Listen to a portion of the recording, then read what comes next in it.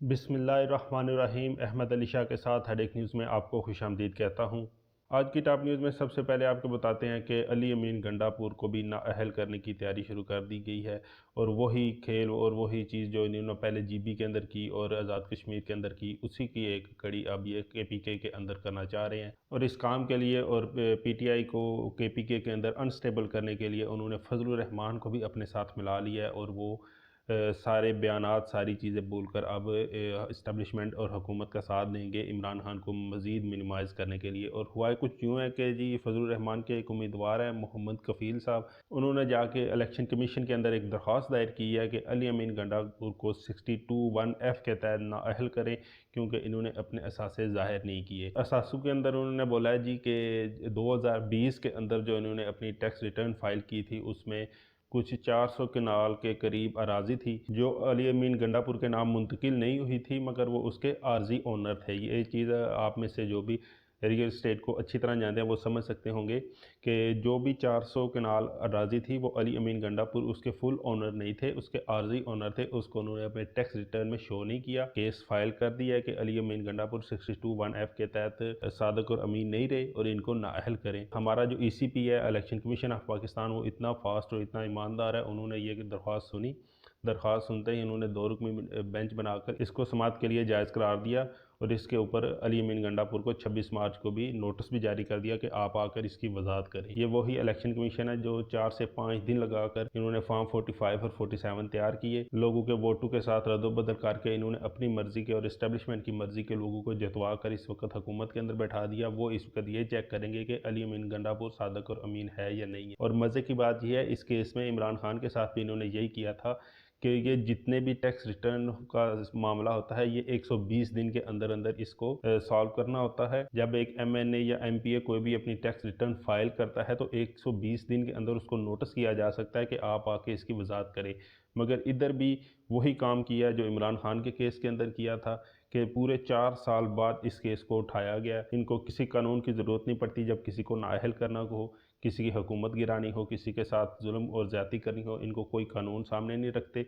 ना ही इनको कुछ नज़र आता है। और फिर से वही टाइम पीरियड वाली बात इन्होंने छोड़कर इस वक्त इलेक्शन कमीशन को अपनी बंदी बनाकर उससे ये फैसला भी करवाना चाह रहे हैं कि अली अमीन गंडापुर को फारिग किया जाए। और इस वक्त इस्टेब्लिशमेंट वही फार्मूला अली अमीन गंडापुर के ऊपर भी लगाना चाह रही है जो उन्होंने जीबी के अंदर खालिद खुर्शीद के ऊपर लगाया जो उधर के CM थे। और सेम काम ये अब KPK के अंदर कर रहे हैं कि उधर जो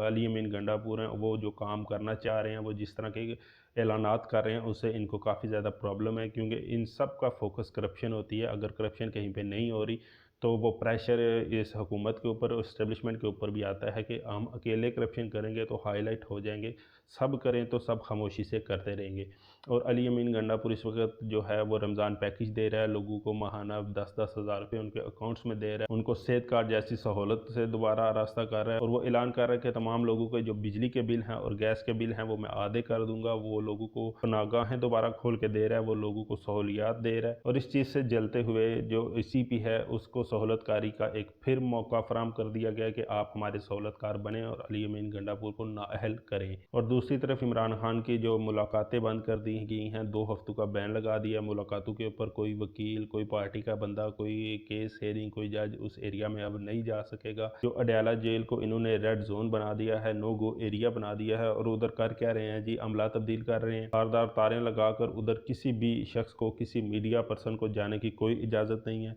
और इर्द गिर्द अडयाला जेल के क्लियरेंस ऑपरेशन के नाम पर एक ऑपरेशन भी शुरू किया हुआ है। साथ जो फुर्ती दिखा रहे हैं मरीम नवाज, शहबाज शरीफ और मोहसिन नकवी साहब, उन्होंने जाकर हाई कोर्ट के अंदर अपील दायर कर दिया है। जो सिंगल बेंच ने फैसला दिया था कि तमाम लोग जो पार्टी के हैं वो जाके खान से मिल सकते हैं, इसके खिलाफ उन्होंने अपील दायर की है कि ये अपना फैसला रिवर्स किया जाए, जिसके ऊपर chief justice Islamabad high court ने 2 रुकनी बेंच बना दिया और उसके अंदर वो खुद भी हैं। और इस वक्त जितने भी केस इमरान खान के इस्लामाबाद हाई कोर्ट के सामने आते हैं वो सब के सब chief justice Islamabad high court Aamir Farooq साहब सुनते हैं। वो खुद अपने सामने केस रखते हैं ताकि उनके अंदर अपनी मर्ज़ी से फैसला जारी कर सके। और ये केस भी उन्होंने 2 रुकनी बेंच बनाया है, एक वो खुद हैं और एक और जज हैं, उनको साथ मिलाकर ये फैसला देना चाह रहे हैं कि ये इस फैसले को भी रिवर्स कर सकें। और जो PTI की क़यादत है वो बज़ाहिर बहुत ही सुस्त नज़र आ रही है, और सवाए एक शख्स के शेर अफजल मुरव्वत के, उन्होंने एक बयान दिया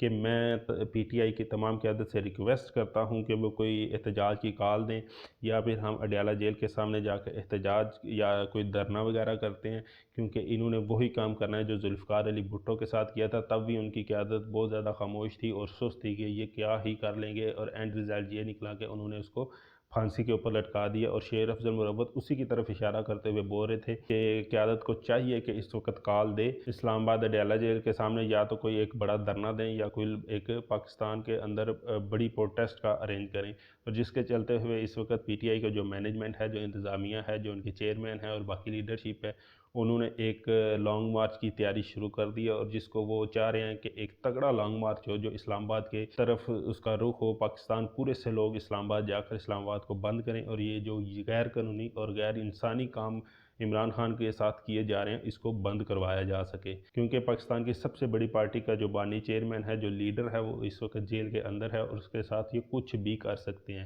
یہ اتنے کم عقل اور کم ظرف لوگ ہیں، یہ اپنی کرپشن چھپانے کے لیے، اپنے کارنامے چھپانے کے لیے، یہ ایک پارٹی کے لیڈر کو، جس کو پاکستان کی ایک میجر پارٹ نے، پاکستان کی بہت زیادہ عوام نے ووٹ دے کر اسمبلی تک بھی پہنچایا ہوا ہے، جو اس کو وزیر اعظم تک بنانا چاہتے ہیں، اس کو یہ پھانسی دینے سے بھی نہیں کریں گے، یہ پیچھے نہیں ہٹیں گے، یا اس کو مارنے یا مروانے کے لیے بھی یہ کوئی بھی کام کر سکتے ہیں۔ اور اس وقت پی ٹی آئی کو چاہیے کہ وہ اس چیز کو سیریس لیں اور ایک پریشر بنائیں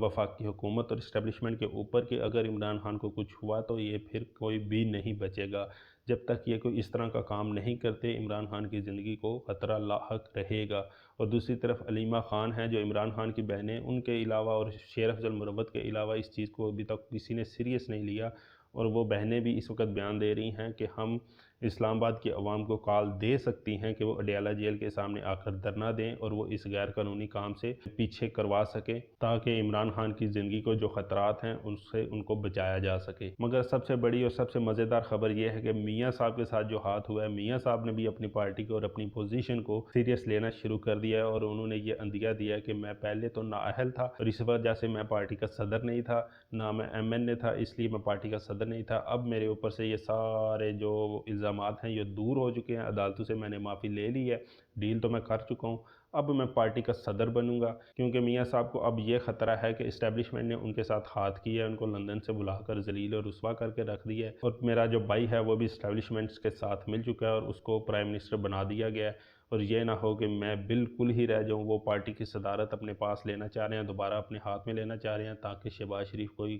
غیر قانونی کام کرنے سے پہلے میرے سامنے جھک سکے، میرے سامنے جواب دہ ہو سکے۔ اور اس وجہ سے میاں صاحب نے بولا ہے کہ جو بھی حکومتی معاملات ہیں ان کو ہم سیپریٹ کریں گے نون لیگ کے اندر، اور جو نون لیگ کی تنظیم سازی ہے اس کے لیے سارا نظام سیپریٹ کریں گے۔ اور میاں صاحب نے یہ اشارہ دیا کہ میں اب پارٹی کا دوبارہ صدر بنوں گا اور تنظیمی معاملات دیکھوں گا گھر بیٹھ کے۔ مگر جو مین چیز ہے وہ یہ ہے کہ ان کو ڈر ہے کہ پارٹی بالکل ہی میرے ہاتھ سے کھینچ نہ لی جائے، اور مجھے بالکل ہی پارٹی سے دور نہ کر دیا جائے، اس لیے وہ یہ چیزیں اب اپنے کنٹرول میں کرنا چاہ رہے ہیں اور اپنے ہاتھ میں رکھنا چاہ رہے ہیں۔ اور جو میاں صاحب کے بارے میں جو خبریں باہر آ رہی ہیں وہ یہ بھی ہیں کہ ہو سکتا ہے کہ میاں صاحب کا حلقہ کھول دیا جائے۔ اگر میاں صاحب نے کوئی ہلکی سی گڑبڑ کی تو ای سی پی کے اندر، تو پاکستان الیکشن کمیشن کے تھرو ان کا حلقہ کھول کر ان کا فارم 47 ہے جو وہ اگر اوریجنل اپلوڈ کر دیا گیا تو میاں صاحب مزید خطرے میں آ جائیں گے۔ اس لیے اس وقت میاں صاحب اسٹیبلشمنٹ کو بلیک میل کر رہے ہیں، اور اسٹیبلشمنٹ جو ہے وہ میاں صاحب کو بلیک میل کر رہی ہے،